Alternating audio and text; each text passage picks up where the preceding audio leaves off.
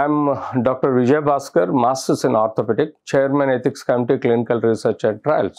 PSLV TV చూస్తున్న మీ అందరికీ శుభాభివందనాలు తెలియజేస్తూ ఈరోజు మనం డిస్కస్ చేసే విషయం ఏంటంటే మోస్ట్ కామన్గా మేము చూసే ఓపీలో ఎక్కువ శాతం నడుము నొప్పుల గురించి వస్తూ ఉంటారు.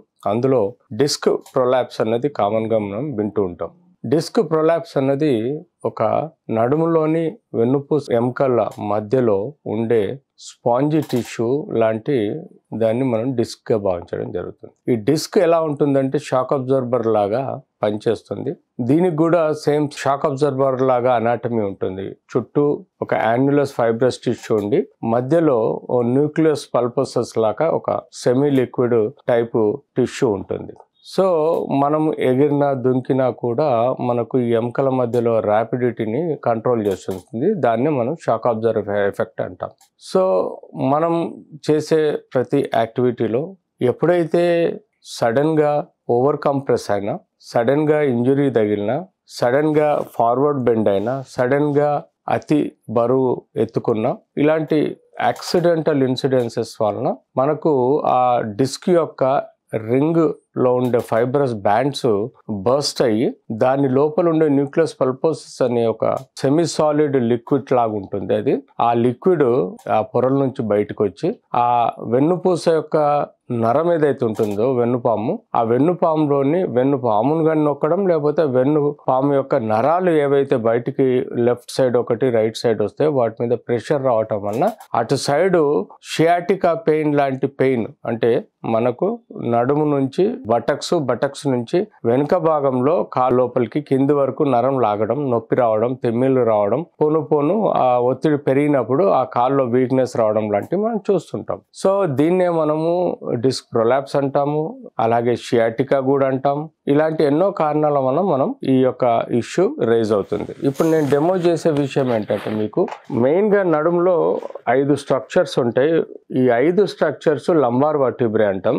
ఈ 5 కిందిది కూడిన 5 స్ట్రక్చర్స్ కూడిన ఒక పార్ట్ని మనం సాక్రల్ బోన్ అని అంటాం. సో ఇందులో చూడండి, చిన్న కెనాల్ ఉంటుంది. ఆ కెనాల్లో నుంచి మనకు ఎల్లో కలరు వెన్నుపూస మెదడు నుంచి కిందికి జారడం జరుగుతుంది. దీనికి లెఫ్ట్ సైడ్ ఒక నరము, రైట్ సైడ్ ఒక నరము ఎముకలోని రంధ్రం ద్వారా బయటికి వచ్చి మన బాడీలోని అవయవాలన్నిటికీ సప్లై చేయడం జరుగుతుంది. తద్వారా మన బాడీ ఫంక్షన్లోకి వస్తుంది.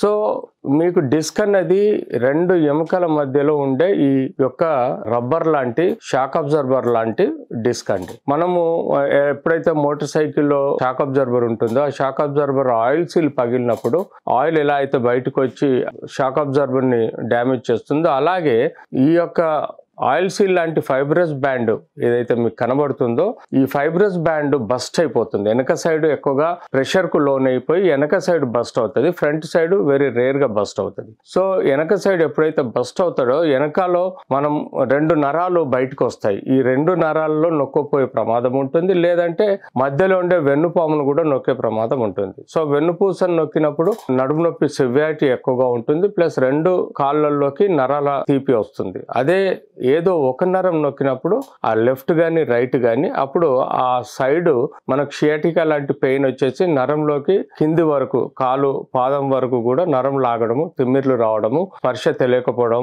బలం తగ్గడం, ఆ తర్వాత మనకు క్రమేణా టాయిలెట్ కంట్రోల్ రాకపోవడం ఈ ప్రాబ్లం వస్తుంది. దీన్నే డిస్క్ ప్రొలాప్స్ విత్ షియాటికా అంటాం.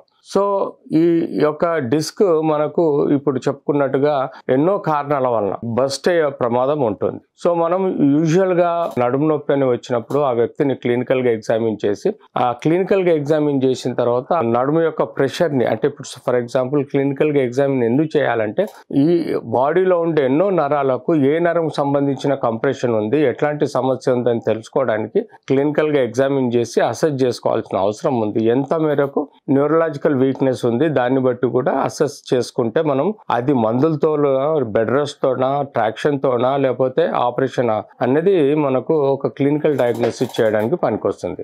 ఆ తర్వాత దీన్ని కన్ఫర్మ్ చేసుకోవడానికి మనం ఒక ఎక్స్రే తీసుకుంటాం. ఎక్స్రేలో ఈ ఎముక మధ్యలో ఉండే స్పేస్ తక్కువ అవుతుంది.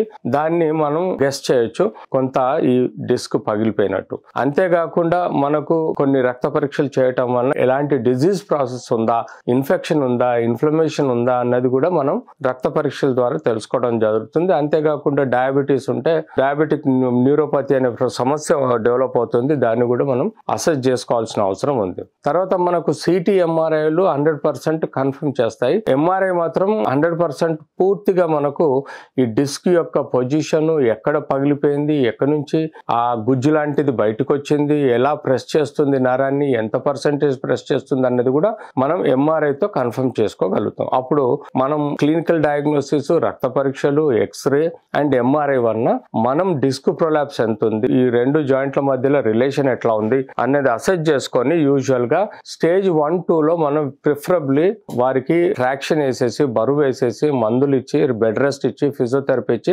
ట్రీట్మెంట్ చేయగలిగే ప్రక్రియ అండి. స్టేజ్ 2, 3లో మనం యూజువల్ గా నడుములో స్టెరాయిడ్ ఇంజెక్షన్ ఇస్తాం, తద్వారా మనకు కొంత మేరకు ప్రెషర్ తగ్గే ఆస్కారం కూడా ఉంటుంది. స్టేజ్ 4లో మాత్రం నరాల వీక్నెస్ ఎక్కువగా ఉంటుంది కాబట్టి తప్పనిసరి పరిస్థితుల్లో సర్జరీ చేసి మనము ఈ యొక్క డిస్క్ ని తీసేయడం జరుగుతుంది. ఇందులో ఉండే డిస్క్ మనకు తీయాలంటే చాలా ప్రక్రియలు ఉన్నాయి. ఇనిషియల్ గా లేజర్ టెక్నిక్ ఉంది, ఆ తర్వాత ఎండోస్కోపిక్ టెక్నిక్ వచ్చింది, ఆ తర్వాత మైక్రోస్కోపిక్ టెక్నిక్ వచ్చింది, ఆ తర్వాత ఇప్పుడు open discectomy, laminectomy, discectomy procedure చేయడం వల్ల మనం ఈ యొక్క నడుము నొప్పిని, డిస్క్ ప్రొలాప్స్ ని కంట్రోల్ చేసే విధంగా ప్రయత్నం చేయొచ్చు. మరిన్ని ఆసక్తికరమైన కథనాల కోసం మా ఛానల్ని సబ్స్క్రైబ్ చేయండి.